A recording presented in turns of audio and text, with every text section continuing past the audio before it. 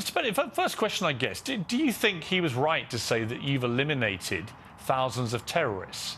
Hamas is claiming, and we have to take their figures at their word, and I'm not sure how credible they are, but they're claiming 7,000 Palestinians have died since October the 7th. But we don't know how many of those are terrorists and how many are completely innocent civilians, do we?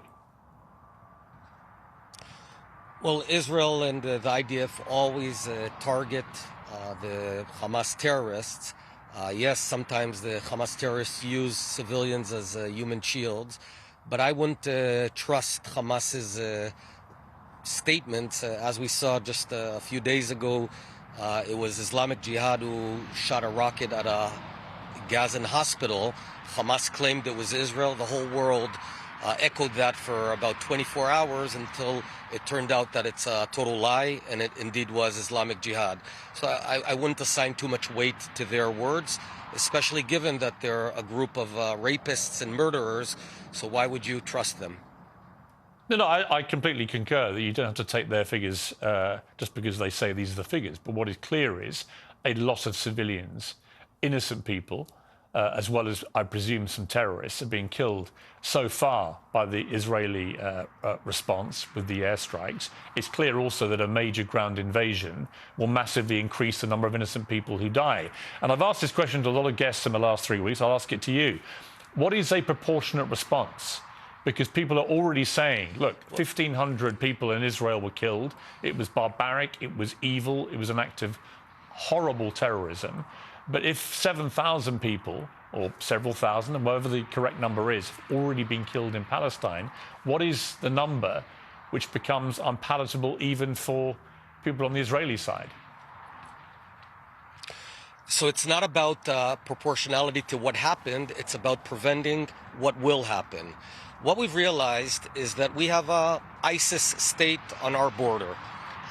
People who will rape, murder, dismember bodies, kill babies from point blank. So it's not about what happened, it's about the future. How do we protect and defend Israel? There's only one way: total eradication of Hamas. So when you think about proportionality, it's not about the numbers, it's about how we get them out.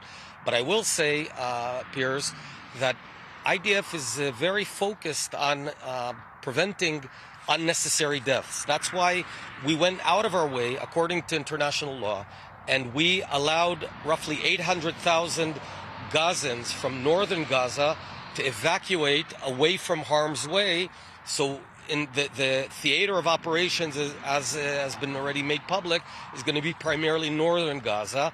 And we're allowing ample time, giving precaution, warning, bending over backwards to reduce the amount of civilian casualties.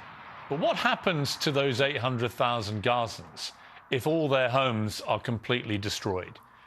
What do they come back to? Do they come back? If they can't come back, where do they go? Where do they live?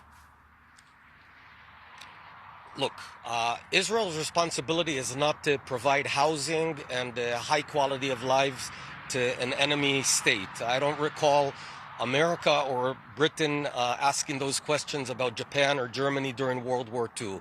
Our goal is to minimize civilian casualties, but our main goal is to eradicate ISIS-Hamas. That's the main goal. Now, in the southern part, which is sort of the safe haven area, or we've created safe haven corridors, we are allowing anyone to provide water, food, and medicine in safe haven corridors. So we're about protecting lives.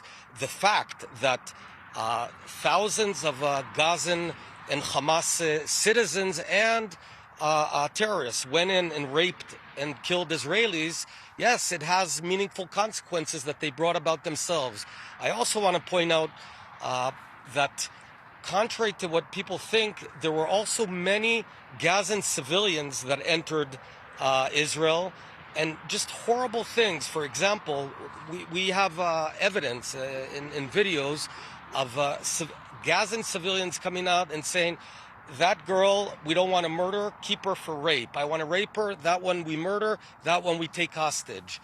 So it's, the notion that Hamas is totally divorced from the massive public support of Gazans is untrue. Having said that, we still are going out of our way to allow the citizens away from harm's way.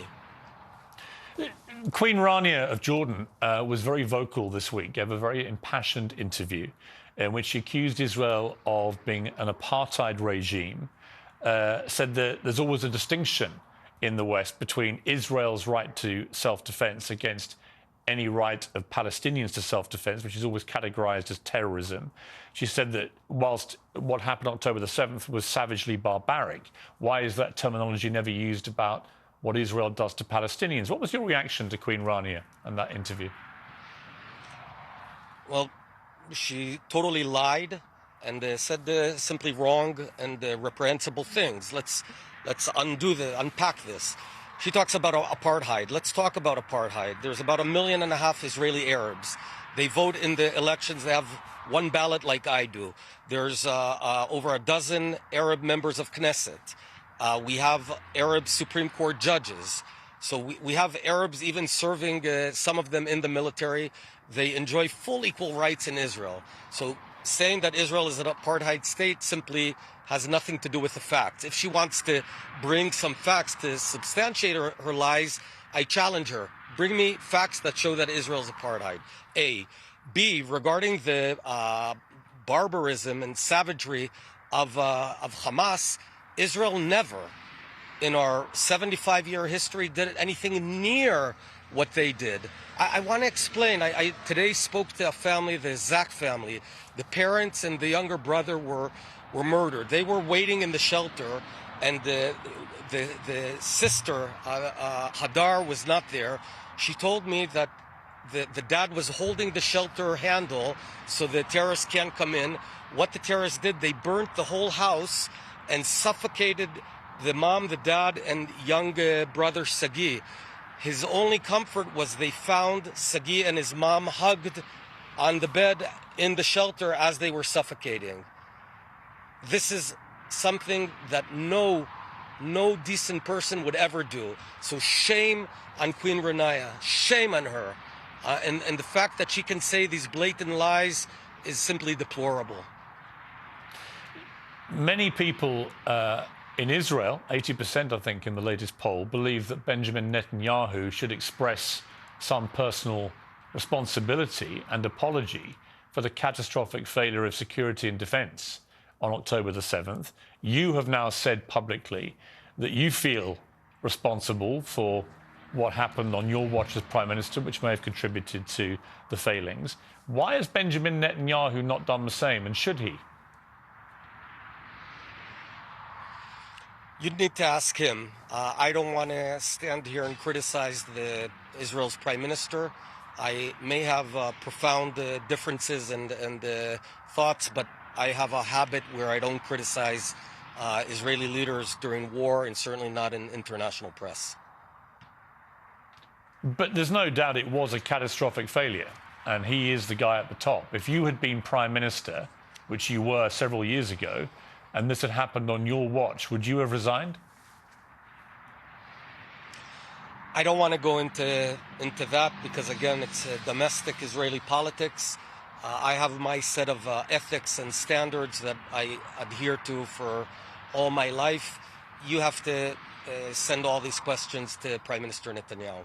We've got a war to win. Both President Biden and indeed Queen Rania and many others are saying that the only way this gets resolved is politically, with people getting around a table. I think it's pretty clear that cannot be done as long as Hamas are in charge of Gaza, and certainly depends if there's any Hamas left at the end of this ground invasion anyway. You said in June 2013 the following. You said, I have a friend who's got shrapnel in his rear end, and he's been told it could be removed surgically, but it would leave him disabled. So he decided to live with it. There are situations where insisting on perfection can lead to more trouble than it's worth. And your quote, which became known as shrapnel in the butt, quickly became widely known as your view of the Palestinian problem. And you've always been resolutely opposed to a two-state solution. Do you think that kind of rhetoric helps? And do you not think now that the only way out of this, actually, is to have a two-state solution? I totally disagree.